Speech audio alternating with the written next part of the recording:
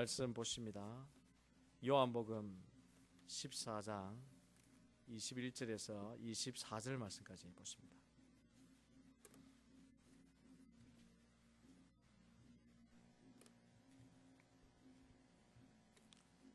요한복음 14장 21절에서 24절 말씀입니다. 우리 다 같이 한 목소리로 말씀 본문이 그렇게 길지 않기 때문에 함께 하나님이 오늘 우리에게 말씀하시는, 우리 각자에게 주시는 말씀으로 알고 다 같이 함께 봉독합니다. 시작. 나의 계명을 지키는 자라야 나를 사랑하는 자니 나를 사랑하는 자는 내 아버지께 사랑을 받을 것이요 나도 그를 사랑하여 그에게 나를 나타내리라.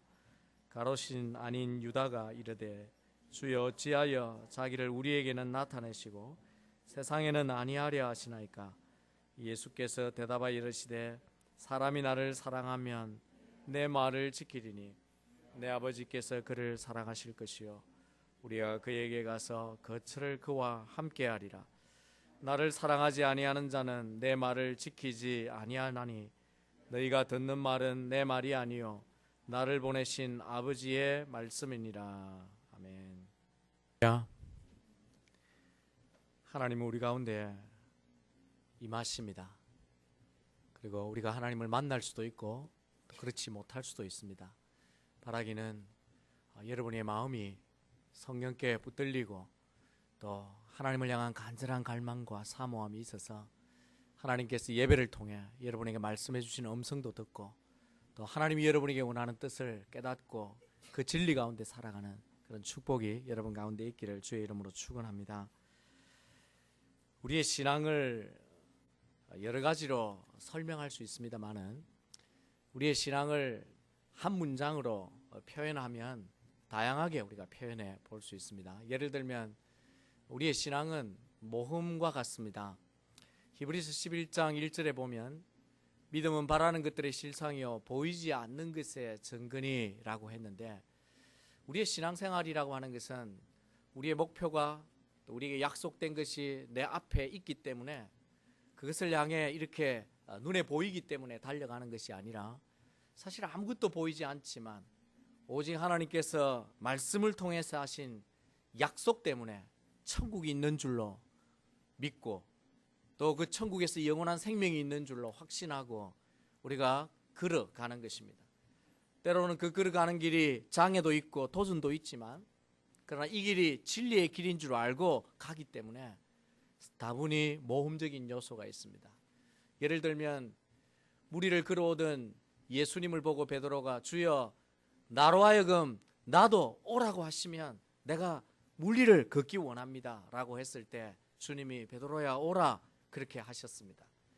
베드로가 배에서 뛰어내려 무리를 걸으려면 배에서 그가 자기의 몸을 던져야 하는데 베드로뿐만 아니라 우리 모두가 알고 있는 100%의 상식은 지금 배에서 뛰어내리면 물에 어떻게 된다는 것입니까? 물에 빠질 수밖에 없다는 거예요. 그렇지만 그가 주님이 오라 하셨을 때 믿음을 가지고 배에서 뛰어내리는 것은 그가 모험인 것입니다. 자신의 배 위에서 물 위로 자기의 모든 것을 던질 수 있는 것은 그런 모험적인 믿음이 있기 때문에 가능한 것입니다. 저와 여러분의 삶에도 미래가 보이지 않고 장래가 어떻게 될지 알지 못하지만 하나님의 약속이 있다면 그리고 하나님께서 하신 분명한 말씀이 있다면 그 과정이 어떠하든지 관계없이 끝까지 그 길을 걸어가는 그것이 믿음인 줄로 믿으시고 진리 가운데 좁은 길 가운데 참된 것을 따라 사는 그런 여러분 되시기를 주의 이름으로 축원합니다. 믿음은 또한 운동입니다. 요즘은 다이어트를 하기 위해서 운동을 하지만 다이어트와 관계없이 우리가 살면서 평생 운동을 해야 할 일이 근력을 가지고 근육을 키워서 건강하게 오래오래 살기 위해서는 운동이 꼭 필요합니다. 근데 운동을 해보면 알지만 운동을 하면 할수록 근육에 힘을 갖게 돼요. 반대로 운동을 하지 않으면 한 2, 3주만 하지 않으면 이 근육이 이전처럼 금방 다시 돌아가 버립니다. 그런데 마음은 뻔한데 20대 30대처럼 달릴 수도 있고 무거운 물건을 들 수 있다는 마음은 있지만 이 근육이 운동으로 힘을 갖지 못하면 결코 힘을 내어서 어떤 일을 할 수가 없어요. 믿음도 똑같습니다. 우리가 신앙생활 하면서 10년 예수 믿고 20년 예수 믿어서 내 믿음이 대단한 것처럼 내 생각에는 그렇게 들지 몰라도 믿음이 운동처럼 훈련되지 않으면 결코 믿음과 함께 싸워야 될 문제가 앞에 다가올 때에 마음은 뻔한데 믿음의 힘이 발휘되지 않는다는 거예요. 그래서 믿음은 매일의 경건의 삶을 통하여 말씀의 훈련을 통하여 끊임없이 훈련되어져야만이 이 땅에 살아갈 때 믿음으로 행할 일 앞에서 믿음을 발휘할 수 있다는 것입니다. 그런 측면에서 믿음은 운동입니다. 또 한 가지 믿음은 관계라고 할 수 있어요. 좋은 믿음은 좋은 관계입니다. 참된 믿음은 하나님과 나와 사이에 올바른 관계에 놓일 때 우리가 참된 믿음을 소유할 수 있습니다. 여러분 지금 하나님과 여러분의 사이가 어떻는지 한번 점검해 보십시오. 하나님과 나와의 요즘 사이가 참 좋다. 요즘 하나님과 관계가 좀 소원되어 있다. 아니면 내가 하나님을 향한 불만이 좀 가득 있다. 이런 관계가 사실 우리의 믿음의 상태를 결정하는 것입니다. 내가 하나님과의 좋은 관계 속에 있으면 내 믿음은 건강하고 좋은 상태에 놓일 수 있습니다. 그러나 하나님과의 관계가 올바르지 못하면 우리의 믿음은 바르지 못하게 됩니다. 하나님과의 관계뿐만 아니라 하나님은 사람과의 관계도 마찬가지라고 하셨어요. 예수님이 그렇게 말씀하셨죠. 보이는 형제를 사랑하지 않으면서 보이지 않는 하나님을 사랑한다고 하는 것은 그것은 참될 수 없다고 하셨습니다. 그러므로 우리가 하나님과 나와의 관계 그리고 나와 이웃과의 관계를 어떻게 하느냐에 따라서 우리의 믿음의 상태는 결정된다는 것입니다. 마지막 한 가지만 더 생각해 봅시다. 믿음은 모험이기도 하고 운동이기도 하고 관계이기도 하지만 믿음은 참된 믿음은 올바른 태도이기도 합니다. 하나님을 향한 좋은 믿음은 하나님을 향한 올바른 태도를 가질 때 생겨나는 것입니다. 이전에 제가 델라웨이에서 교회를 섬길 때에 그 지역에 있는 크리스찬 스쿨과 협력 사역을 했던 적이 있습니다. 교실들이 많이 필요했기 때문에 지역을 위한 한글 학교를 운영하면서 미국 크리스찬 스쿨과 함께 그 일을 했었습니다. 어느 날 그 일을 성사시키기 위해서 그 교회의 담임 목사님인 릭 다더슨 목사님을 만나서 저희 교회 계획을 얘기하고 그리고 설명하고 그리고 함께 동의가 되어서 교실을 소개해 주게 되었어요. 어떤 교실들을 우리가 쓸 수 있는지 교실들을 이렇게 보여주는 가운데 한 교실에 들어갔더니 제 눈에 와이트보드 위에 쓰여 있는 글귀가 제 눈에 들어왔습니다. 그 글의 내용이 이런 것입니다. Attitude is a little thing that makes a big difference. 이 글귀가 교실 위에 붙여져 있었어요. 그 글귀를 보면서 그 말 참 좋다. 그러고는 이제 돌아 나왔습니다. 그런데 나오는 내내에 그 글이 제 마음속에 계속 이렇게 남아 있었어. 그게 무슨 의미인지 생각하게 만들었어요. 공부하는 학생들에게 왜 와이트보드 위에 매일매일 볼 수 있도록 그 글을 적어 놓았을까? 이 제 해석입니다. 저 글귀의 뜻은 의역하면 그런 거예요. 태도라는 것은 아주 작은 것이지만 크게 빅 디퍼런스, 다른 결과를 가져온다는 것이죠. 다시 말하면 학생들에게 저 글귀를 통해서 주고자 하는 메시지는 너무나 분명했습니다. 그것은 공부할 때 올바른 태도를 가지고 바르게 똑똑하게 공부하라. 그 이야기인 것입니다. 생각해 보십시오. 한 교실에 23명의 학생들이 앉아 있습니다. 그리고 똑같은 선생님에게 배웁니다. 그리고 똑같은 세월을 지나면서 그들이 학업의 과정을 지납니다. 그런데 그 중에 어떤 아이는 장래에 대통령이 되기도 하고 한 나라를 좌우할 만큼 훌륭한 학자들과 그리고 훌륭한 지도자들이 나오기도 하지만 그 가운데 어떤 아이들은 스스로 자기 삶을 책임질 수 없을 만큼 형편없는 삶을 사는 아이도 나오고 다른 사람들에게 해를 끼치거나 누군가의 도움을 받지 않으면 정상적인 삶을 영위할 수 없는 사람도 나올 수 있습니다. 그런데 그것이 무엇이 결정하느냐 하는 것입니다. 학생 때에 자기의 삶을 살았던, 학업을 냈던 그 공부하는 태도, 인생을 준비해가는 태도를 따라서 자기 남은 인생에 큰 다른 결과를 맞게 된다는 것이죠. 진리입니다. 그런데 곰곰이 생각해 보니까 공부에 있었으면 태도가 중요한 것은 아니었습니다. 우리의 삶의 모든 영역에서 태도가 얼마나 중요하다는 것을 성령께서 제게 깨닫게 해주기 시작했습니다. 우리의 직장 생활은 어떨까요? 우리의 직장 생활도 태도가 우리의 미래를 좌우합니다. 내가 하고 있는 이 직장 생활 가운데 성실과 정직과 그리고 맡은 책임에 대해서 최선을 다하는 자와 그렇지 아니하고 주인의 눈을 피해서 대충 꾀를 부리며 사는 자의 그 직장 생활의 결과가 결코 같을 수가 없습니다. 비즈니스를 해도 마찬가지입니다. 미국도 마찬가지겠지만 한국의 어려운 경제 여건 속에서 그 분야에서 대박이 났다, 성공했다고 하는 사람들의 스토리를 보십시오. 어느 한 사람도 자기가 하고자 하는 일에 실패를 거듭하면서도 끈기와 용기와 계속해서 도전하는 그런 태도를 갖지 않는 사람이 성공한 예가 없어요. 해보고 안 되면 포기하고 하다가 안 되면 또 이거 하고 그렇게 해서는 어느 누구도 성공하지 못합니다. 무엇을 하든지 우리의 삶의 태도가, 애티튜드가 대단히 중요하다는 것입니다. 여러분, 신앙생활은 어떨까요? 신앙생활도 마찬가지입니다. 그런 관점에서 여러분이 성경을 읽어보시면 여러분이 깜짝깜짝 놀랄 만한 메시지들이 성경에 담겨 있는 것을 발견하게 됩니다. 오늘 본문도 그 중에 하나입니다. 예수님께서 오늘 21절에 이렇게 말씀하십니다. 나를 사랑하는 자는 내 아버지께 사랑을 받을 것이요 나도 그를 사랑하여 그에게 나를 나타내리라. 그렇게 말씀하십니다. 하나님께 사랑받는 자가 따로 있습니다. 여러분, 하나님은 모든 사람을 사랑하십니다. 하나님은 이 세상을 사랑한다고 하셨어요. 그리고 하나님은 자기 자녀들을 다 사랑한다고 하셨습니다. 그런데 그것은 보편적인 원리를 하나님이 말씀하시는 것입니다.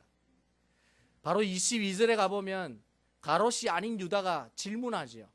예수님, 왜 예수님은 우리에게는 당신을 나타내시면서 세상에는 나타내지 않습니까? 라고 지금 차별하는 것에 대한 질문을 하십니다. 그때 예수님이 이유를 말씀하시는데 또다시 이 본문을 얘기하십니다. 나를 사랑하는 자가 아버지께 사랑받는다라고 또다시 말씀하셨어요.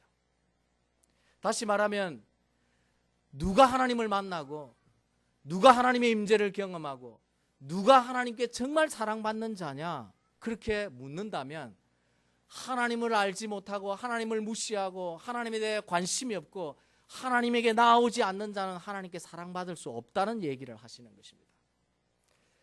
하나님을 사랑하는 자가 하나님께 사랑을 받는 것입니다. 특별히 이것은 교리적인 얘기가 아니라 예수님이 실제적인 얘기를 하시면서 우리에게 하나님께서 우리를 사랑하시는데 어떻게 사랑하시는가, 우리가 하나님을 사랑할 때 하나님이 우리를 어떻게 사랑하시는가를 말씀해 주시는데, 하나님이 그를 사랑할 뿐만 아니라 예수님도 그를 사랑해서 그에게 자기를 나타내어 주신다. 여기 자기를 나타낸다는 말이 뭐냐 하면 영어로는 disclose 돼 있어요. 다시 말하면 자기를 계시하시는 것입니다. 하나님이, 예수님이 자기를 그에게 보이시는 거예요. 그에게 보이시고 그에게 말씀하시고, 그는 사랑받는 자는 하나님의 음성을 듣고 하나님의 함께함을 체험하고 하나님의 임재를 경험하고, 그리고 그를 통해서 하나님이 함께한다는 사실을 세상에 나타내 보이신다는 것입니다. 특별히 23절에는 예수님이 뭐라고 하시느냐면 나를 사랑하는 자에게 하나님이, 삼위 하나님이 그에게 가서 그 철을 함께 하겠다, 그렇게 말씀하십니다. 누가 하나님께 사랑을 받을 수 있을까요? 하나님을 사랑하는 자가 하나님께 사랑을 받는 것입니다. 잠언 8장 17절에 보시면 하나님께서 이런 말씀을 하십니다. 나를 사랑하는 자들이 나의 사랑을 입으며 나를 간절히 찾는 자가 나를 만날 것이니라. 하나님의 말씀은 너무나 명백합니다. 하나님을 사랑하는 자가 하나님께 뭘 입는다고요? 사랑받는다고 말씀합니다. 그리고 하나님을 간절히 찾는 자가 하나님을 만난다고 말씀하십니다. 여러분, 하나님을 찾지 않으면 하나님 만날 수가 없습니다. 저는 생각해 봅니다. 우리가 구원받은 자라 할지라도 내 삶 속에, 매일의 삶 속에 하나님을 찾지 않으면 매일의 삶 속에서 내가 하나님을 만날 수가 없는 게 맞아요. 그래서 단순하게 내가 하나님이 나와 늘 함께 하실 것이다, 막연하게 그렇게 생각하지 마십시오. 내가 하나님을 찾지 않으면 하나님이 나와 함께 하심을 내가 경험할 수가 없습니다. 우리가 하나님을 매일 찾을 때 그분이 나에게 임하시고 나와 함께 하시는 것을 체험하는 것입니다. 혹 우리 가운데 여러분 아직도 하나님을 만나지 못해서 하나님이 계신가 안 계신가 확신이 없다고 하면 여러분이 제일 먼저 하나님을 찾아보십시오. 하나님께 나아가서 하나님, 나를 한번 만나 주십시오. 내가 하나님 만나기 원합니다. 내가 간절히 하나님을 경험하기 원합니다. 여러분이 찾아보시면 하나님께서 여러분을 만나 주시겠다고 약속하고 계십니다. 바라기는 하나님의 말씀대로 여러분이 하나님을 사랑하고 하나님을 찾아서 하나님께 사랑을 입고 또한 하나님을 만나는 축복이 여러분 가운데 있기를 주의 이름으로 축원합니다. 사무엘상 2장 30절에 보시면 이런 말씀이 있습니다. 나를 존중하는 자를 내가 존중히 여기고 나를 멸시하는 자를 내가 경멸하리라. 여러분, 사람들 가운데 하나님을 존중히 여기는 사람이 있고 하나님을 멸시하는 사람이 있습니다. 그런데 하나님께서도 그 사람을 어떻게 대하느냐에 따라 하느냐면 사람이 하나님을 어떻게 대우하느냐에 따라 하나님도 그 사람을 대접합니다. 하나님을 정말 존중히 여기고 귀히 여기고 하나님을 두려워하면 하나님께서도 그 사람을 존귀히 여깁니다. 그런데 하나님을 무시하고 하나님을 멸시하고 하나님을 경멸하면 하나님도 그를 무시하고 하나님도 그를 경멸하십니다. 이것이 하나님께서 우리에게 주시는 말씀입니다. 이런 모든 말씀을 통해 볼 때 확실한 한 가지가 뭐냐면 우리가 하나님을 어떻게 섬기고 예배하고 어떻게 믿느냐 하는 우리의 attitude, 우리의 태도에 따라서 우리의 축복이 결정된다는 것입니다. 우리의 구원은 하나님의 은혜입니다. 구원받은 자가 하나님께 축복을 누리는 것은 태도에 달려 있습니다. 우리가 하나님을 어떻게 경외하고 우리가 하나님을 어떻게 예배하며 우리가 하나님을 어떻게 섬기느냐에 따라서 축복은 달라집니다. 비록 하나님께서 우리가 하나님을 알지도 못하던 때, 사랑하지도 않던 때에 죄인 되었을 때 우리를 찾아오시고 우리를 부르셔서 믿음으로 구원받게 하셨지만 구원 이후의 축복은 오토매틱이 아니라는 것입니다. 우리가 하나님을 경외하면 하나님이 우리를 존귀 여겨주시고 우리가 하나님을 사랑하고 더 사랑하기 원하면 하나님도 우리를 더 사랑해 주시고 우리가 하나님을 향해 최선을 다해 두려워하는 마음으로 겸손하게 섬기면 하나님께서 우리를 그렇게 붙들고 높여 주신다는 것입니다. 그것이 하나님이 우리에게 말씀하시는 것입니다. 자, 그런 측면에서 오늘 저와 여러분이 하나님을 향한 태도가 어떠한지를 보고자 하는 것입니다. 여러분, 하나님을 어떻게 섬기십니까? 여러분은 하나님을 향한 어떤 태도를 가지고 계십니까?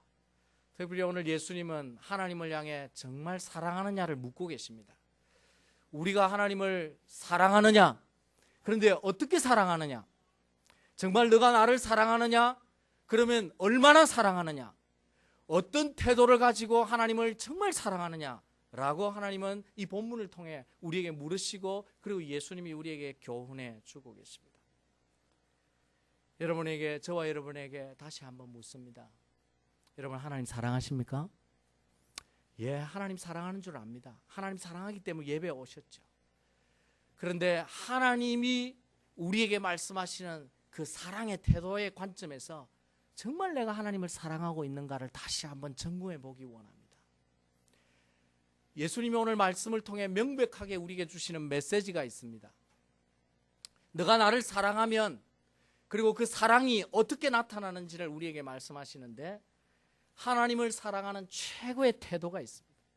내가 정말 하나님을 사랑한다면 그건 포기할 수도 없고 빼내올 수도 없는, 정말 반드시 그렇게 해야 될 올바른 태도가 무언가 하는 것입니다. 본문 21절을 우리가 다시 한번 읽기를 원합니다. 우리 다 같이 한번 본문 21절을 읽어봅시다. 시작. 나의 계명을 지키는 자라야 나를 사랑하는 자니. 주님께서 우리에게 말씀하십니다. 나를 사랑하는 자는 내 아버지께 사랑받고 나도 그를 사랑할 텐데, 나를 진정으로 사랑하는 자가 어떤 자냐?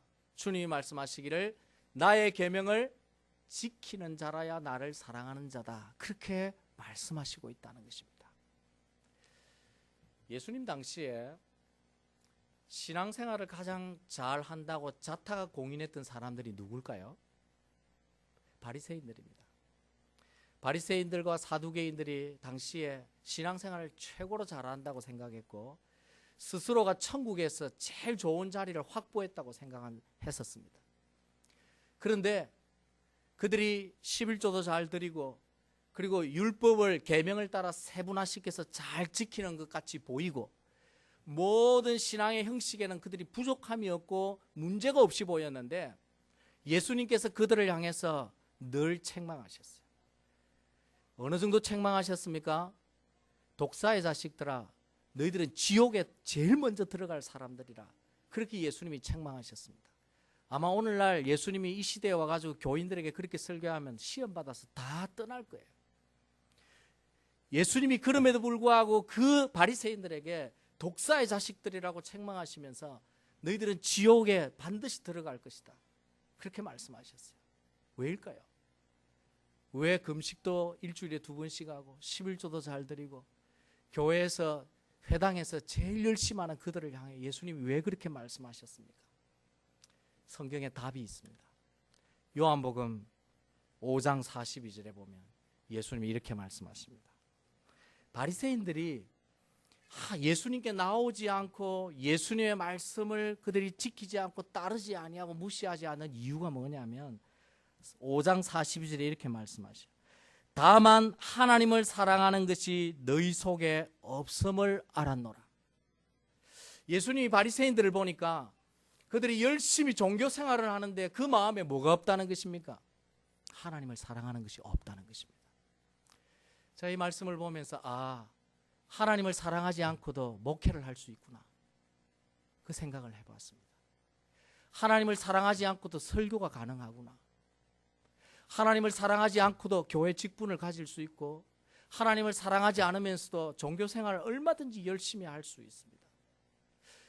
이 말씀 앞에 굉장히 심각한 예수님의 지적이 있다는 것을 깨닫게 됩니다. 그러면 정말 하나님을 사랑하는 게 뭔가 하는 것을 오늘 말씀을 통해 저는 깨닫게 된 것입니다. 정말 하나님이 우리에게 원하시는 사랑의 가장 큰 증거가 뭔가? 그것이 바로 순종이라는 것입니다. 우리가 정말 하나님을 사랑한다면 우리에게 반드시 예배도 있고 헌신도 있고 봉사도 있어야 하지만, 마지막에 하나님을 사랑하는 가장 최고의 증거가 뭐냐면 어떤 하나님의 말씀이든지 순종한다는 것입니다. 여러분, 아브라함이 하나님께 인정받고 정말 너가 나를 사랑하고 나를 경외하는 자가 맞구나, 하나님이 그를 인정하고 감탄했던 그 사건이 무엇 때문이었습니까? 아들 이삭을 하나님께 드리라고 하나님이 명령했을 때에 상시에 맞지도 않고 논리에 맞지도 않고 도저히 있을 수 없는 명령이었지만, 그 명령 앞에 복종했던 아브라함을 하나님이 과연 너가 나를 경외하는구나, 과연 너가 나를 사랑하는구나, 다시 말하면 순종을 통해서 하나님이 아브라함의 참된 신앙을 하나님이 인정하셨다는 것입니다.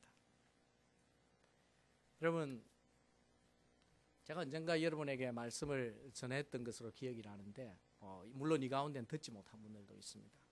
제가 초창기에 말씀을 전했기 때문에.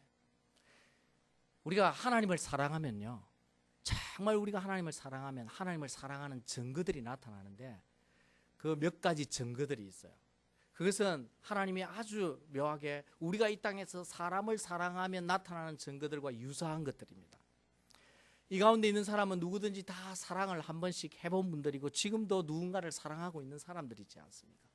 그런 측면에서 한번 생각해 보면 사랑하면 반드시 나타나는 증거가 있어요. 사랑하면 나타나는 첫 번째 증거가 뭐냐면 사랑하는 대상이 자꾸 보고 싶어진다는 것입니다. 이유 없이 보고 싶어져요. 사랑이 찾아오기 시작하면 그 사람의 마음속에 떠나지 않습니다. 여러분이 결혼을 하기 전에 사랑을 시작했던 그 대상이 그렇게 시작이 됐지 않았습니까? 그런데 이것은 하나님에 대해서도 마찬가지입니다. 하나님을 사랑하기 시작하면요, 하나님이 마음속에 늘 갈망되어져요. 하나님이 늘 사모해진다는 것입니다. 하나님이 늘 보고 싶어진다는 거예요. 그래서 믿음의 사람들의 고백을 보면 정말 신비할 정도로 일치하는 것이 뭐냐면 하나님 보고 싶습니다라는 고백을 한다는 것입니다. 다윗이 대표적으로 시편 63편에 보면 하나님이여 주는 나의 하나님이시라, 내가 주를 찾기에 갈망하는데 어느 정도 하느냐면 물이 없어 마르고 황폐한 땅에서 내 영혼이 주를 갈망하며 내 육체가 주를 앙모하나이다.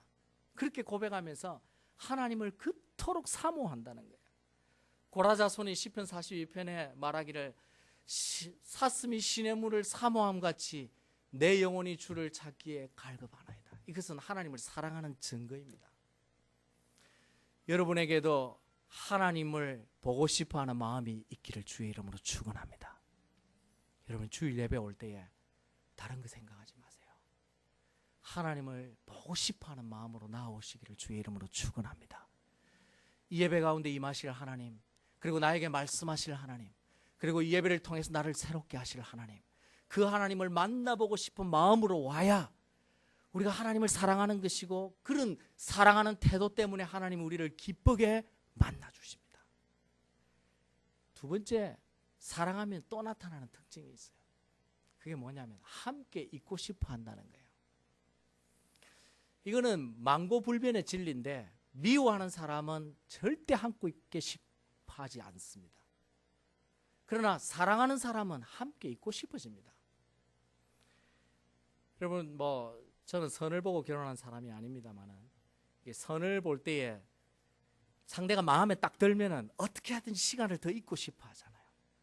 그런데 마음에 딱 들지 않으면 벌써 여러 가지 핑계를 대죠. 약속이 없는데 약속이 있다 그러든지, 빨리 가야 된다든지, 그리고 시계를 자꾸 쳐다본다든지. 여러분, 하나님을 사랑하는 것도 똑같습니다. 저는 같다고 생각합니다. 여러분, 하나님을 사랑하면 하나님과 함께 있고 싶어지는 것이 즐거울까요? 싫을까요? 즐거워야 됩니다. 하나님께 예배하는 시간이 즐거워지기를 바랍니다. 이것은 하나님과 함께 있는 시간입니다. 하나님과 함께 있기 위하여 말씀을 펴고 그 말씀을 읽고, 그리고 내가 개인적으로 나아가서 기도하는 시간이 내게 즐겁다. 그것은 내가 하나님을 사랑하기 때문에 나타나는 정세입니다. 하나님을 정말 사랑하면 함께 있고 싶어집니다. 바라기는 여러분의 마음속에도 그저 세상이 즐겁고 이 땅에 있는 엔터테인먼트이 나를 자꾸 끌어가는 것이 아니라, 말씀 읽고 기도하는 시간이 내게 즐겁고 예배하는 시간이 즐겁고 하나님과 함께 있다는 것이 내게 행복으로 느껴지는 그런 하나님을 향한 사랑이 이전보다 우리가 찬양한 것처럼 더 커지기를 주의 이름으로 축원합니다. 사랑하며 나타나는 또 세 번째 증거가 있습니다. 여러분, 사랑하는 사람이 생기기 시작하니까 여러분에게 뜻하지 않는 지출이 자꾸 생겨요. 왜냐하면 사랑하니까 아낌없이 데이트의 자금도 데이트하는데 그거 아낌없이 쓰지 않습니까? 특별히 여자보다 남자가 더 그래요. 보면 푼수같이 마음껏 원하는 거 사주고 싶고, 그리고 선물도 주고 싶고. 이유가 뭡니까? 다른 게 없어요. 딱 하나예요. 사랑하기 때문에 그런 것입니다. 사랑하면 아낌없이 주는 것입니다. 하나님을 사랑할 때도 저는 같다고 생각합니다. 여러분, 정말 내가 하나님 사랑하면 하나님에 대하여 아낌없이 드리고 싶어집니다. 내 시간도 하나님을 위해 쓰고 싶고, 내 물질도 하나님을 위해 아낌없이 드리고 싶고, 내 재능도 하나님을 위해 사용하고 싶고, 내 생명도 정말 하나님을 사랑해서 내 생명까지도 하나님을 위해 드리고 싶어질 때 하나님을 정말 내가 최선을 다해 사랑하는 마음이 있는 것입니다. 여러분 혹시 하나님 소가 죽었습니다 하는 얘기를 들어본 적이 있습니까? 어떤 농부가 소를 키웠어요. 요즘 한국에도 마찬가지지만 소 한 마리 잘 키우면 소가 장성해서 자식을 대학까지 보낼 수 있다고 합니다. 그런데 이 암소, 수소 두 소를 키우는 가운데 이 암소가 갑자기 아이를 배웠습니다. 새끼를 배웠어요. 그래서 정성스럽게 이 암송아지를 돌보는 어느 날 새끼를 낳았는데 쌍둥이를 낳았어요. 2마리를 낳았습니다. 그러니까 보통 한 마리 낳는데 쌍둥이 나왔으니까 이게 곱으로 생겼으니 얼마나 기뻐서 이 부부가 예수 믿는 부부였는데 2마리 중에 한 송아지를 하나님께 드리기로 약속을 냈습니다. 여보, 우리 쌍둥이 송아지를 낳았는데 우리 한 마리 하나님께 드리자. 그럽시다. 그러고 약속을 냈어요. 그리고 우리 송아지를 잘 키웠습니다. 어느 정도 송아지가 커서 이제 중소 정도가 되었어요. 그런데 그러던 어느 날 남편이 장을 갔다 왔는데 업에 갔다가 집으로 돌아오니까 부인이 막 펑펑 우는 거예요. 그래서 여보 왜 그래 울어요? 그러니까 이 부인이 이렇게 슬프게 우는 것입니다. 여보 하나님 소가 죽었어요. 하나님 소가 죽었어요. 어떻게 하면 좋죠? 그러고 우는 거예요. 왜 하필이면 하나님 소가 죽었어요? 이 부부의 실수는 2마리 중에 어느 소를 하나님께 드리겠다 결정을 하지 않은 것입니다. 그런데 죽고 나니까 그 죽은 소가 하나님 소가 돼버린 거예요. 사람이 갖는 욕심입니다. 우리에게 다 사실은 그런 마음이 있어요. 잃어버리고 나니까 내 소가 죽었다 이렇게 할 마음이 생기지 않는 거예요. 아까운 마음에. 그러나 우리가 정말 하나님을 사랑하면요, 우리가 하나님 앞에 정말 드리고 싶어진다는 것을 여러분이 잊지 마시기 바랍니다. 그래서 예수님이 말씀하시죠. 인색하게 드리는 것은 하나님 받지 않는다라고 말씀하신 이유는 그 물질의 양이 중요한 게 아니라 뭘 말씀하시는 걸까요? 마음을 말씀하시는 것입니다. 우리가 하나님 앞에 정말 사랑으로 드리면 하나님 뭐든지 받는다 그랬어요. 그것이 크든 작든 주님은 우리가 하나님 앞에 기쁘게 드리고자 하는 것을 받는다는 것입니다. 마지막 4번째, 사랑하면 나타나는 중요한 증거가 있습니다. 보고 싶어지고 함께 있고 싶고 아낌없이 주고 싶은 마음뿐만 아니라 사랑하면 상대가 원하는 대로 행하게 됩니다. 상대가 무슨 말을 하든지 그 말대로 따르고 싶어져요. 오늘 본문에 예수님이 사실 그 말씀을 하시는 것입니다. 우리가 예수님을 정말 사랑하면 그 예수님을 사랑한다는 중요한 증거가 뭐냐? 뭐라고요? 나의 계명을 지키는 자라야 나를 사랑하는 자다. 자, 성경을 이 관점에서 다시 한번 다 보니까요, 분명히 우리가 하나님께 찬양하는 것도 하나님을 사랑하는 것이 중에 하나입니다. 하나님을 위해 봉사하고 우리가 헌신하고 예배하는 것도 다 하나님을 사랑하는 것 중에 분명히 하나예요. 그런데 어느 부분에도 너가 나를 찬양하는 것을 내가 사랑하는 것으로 받겠다라고 말씀한 것은 없습니다. 너가 나를 예배하니까 너가 나를 정말 사랑하는구나라고 표현한 것은 없습니다. 그런데 예수님이 정말 너가 나를 사랑하면 이렇게 하는 것이라고 말씀하신 이 이유는 우리가 찬양도 할 수 있고 우리가 예배도 드릴 수 있고 우리가 하나님 앞에 봉사도 할 수 있는데 제 개인적으로 생각할 때 사랑 없이도 그렇게 할 수 있다는 것을 보기 때문입니다. 제가 생각해 보니까 하나님 말씀과 하나님 뜻에 절대적으로 복종하지 않으면서 내 삶 속에 하나님을 위해 살아가고 찬양도 하고 은혜도 고백하고 다 하더라고요. 이 땅에 있는 모든 그리스도인들이 크게 다르지 않다고 생각합니다. 여러분, 순종이 빠지면 하나님이 내게 어떤 말씀을 주시든지 그 말씀에 내가 순종할 수 있는 태도가 빠지면 하나님을 사랑하는 것에 부족한 것입니다. 사랑 없이도 찬양할 수 있고 사랑 없이도 교회를 헌신하고 봉사할 수 있습니다. 그러나 사랑 없이 순종하는 것은 어렵습니다. 그건 정말 어려워요. 특별히 내가 하고 싶은 일에만 순종하는 것 아닌 것, 내가 하기 싫은데도 하나님이 말씀하니까 절대적으로 복종하는 일은 주님을 사랑하지 않으면 절대 일어날 수 없는 일이라고 예수님이 말씀하십니다. 그렇기 때문에 여러분이 정말 하나님을 사랑하고 있는가 하는 것을 최종적으로 보려면 내가 사랑해서 하나님을 찬양하시기도 하시고 내가 사랑해서 예배하고 사랑해서 하나님을 봉사하고 섬기는 것도 하셔야 되지만 내가 하나님 말씀에 순종하고 있는가를 보시기 바랍니다. 내가 정말 하나님의 모든 계명에 내가 정말 매일매일 하나님 말씀을 따라 순종하고 사는가, 하나님이 어떤 말씀을 주시더라도 그 말씀에 내가 순종할 태도가 있는가, 주님이 우리에게 그것을 원하시는 것입니다. 정말 여러분이 하나님을 사랑하려면 무엇보다 하나님 말씀을 가까이 하십시오. 매일매일 하나님이 여러분에게 어떤 말씀을 주시는지 그 음성을 사모하면서 성경을 펴서 읽으십시오. 그리고 그 성경에 말씀하는 대로 그 하루를 살아가십시오. 그것이 나의 계명을 지키는 것이요, 그것이 바로 주님을 사랑하는 것입니다. 매일매일 하나님 말씀을 따라 순종하고 사는 것이 하나님을 사랑하는 것인 줄로 믿으시기 바랍니다. 또한 하나님께서 예배 때에 선포하는 그 말씀을 따라 순종하고 살아가는 것이 하나님을 사랑하는 최고의 태도입니다. 주님이 그 말씀을 하십니다. 23절을 다시 한번 보시기 바랍니다. 예수님께서 이렇게 말씀하시죠. 사람이 나를 사랑하면 내 말을 지키리니 내 아버지께서 그를 사랑하실 것이요 우리가 그에게 가서 거처를 그와 함께 하리라. 주님 사랑하면 우리에게 특별한 은혜가 있음을 여러분 믿으십시오. 주님이 우리에게 거처를 마련하고 나와 함께 거하고 하나님이 사람인 것을 나타내 보여주는 것은 이것은 특별한 은총입니다. 하나님을 사랑하는 자에게 하나님이 나타내 보이시는 약속입니다.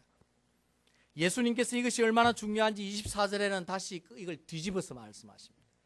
24절을 보시기 바랍니다. 이렇게 말씀하십니다. 나를 사랑하지 아니하는 자는 내 말을 지키지 아니하나니. 예수님이 너무나 명백하게 우리에게 21절에 한번 말씀하시면 사실 우리가 알아들을 수 있지 않습니까? 그런데 예수님이 23절에 다시 반복하시고 24절에는 못 알아들었을 것 같아서 이걸 뒤집어서 말씀하십니다. 너가 내 계명을 지키지 않는 것은 나를 사랑하지 않기 때문이다 라고 주님이 명백하게 우리에게 말씀해 주고 계십니다. 그뿐 아니라 주님이 15장 10절에 가서도 주님이 이렇게 우리에게 다시 사랑의 문제를, 순종과 사랑의 문제를 이렇게 말씀하십니다. 우리 다 같이 한번 읽어봅시다. 주님이 간절한 우리를 향한 소원입니다. 읽어봅니다. 시작. 내가 아버지의 계명을 지켜 그의 사랑 안에 거하는 것 같이 너희도 내 계명을 지키면 내 사랑 안에 거하리라. 아멘.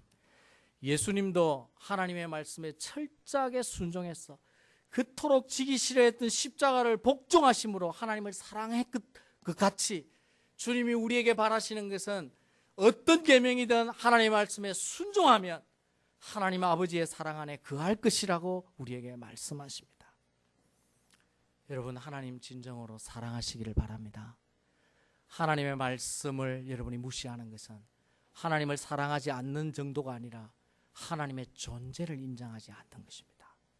그러므로 여러분, 어떤 것보다 지금 찬양도 하고 계시고 예배도 하고 계시고 봉사와 헌신을 잘하고 계신 것 참 감사합니다. 그 걸음에서 한 걸음 더 나아가셔서 주님이 여러분의 사랑을 확인할 수 있도록 저와 여러분의 삶 속에 하나님의 모든 말씀에 매일매일 하나님이 우리에게 주시는 그 계명에 순종하셔서 정말 하나님을 사랑하는 자들이 되시고, 그래야 하나님께 사랑을 입고 예수님이 우리를 사랑하여 여러분 삶 속에 거처를 마련하시고 여러분을 통해 일하시고 역사하시는 그런 복된 성도들 되시기를 주의 이름으로 축원합니다. 우리 다 같이 한번 통성으로 기도하시겠습니다. 순종을 통하여 주님 정말 사랑하게 해달라고, 그리고 주님의 사랑을 입고 사는 복된 자가 되게 해달라고 우리 다 같이 한번 통성으로 기도하겠습니다. 하나님 아버지,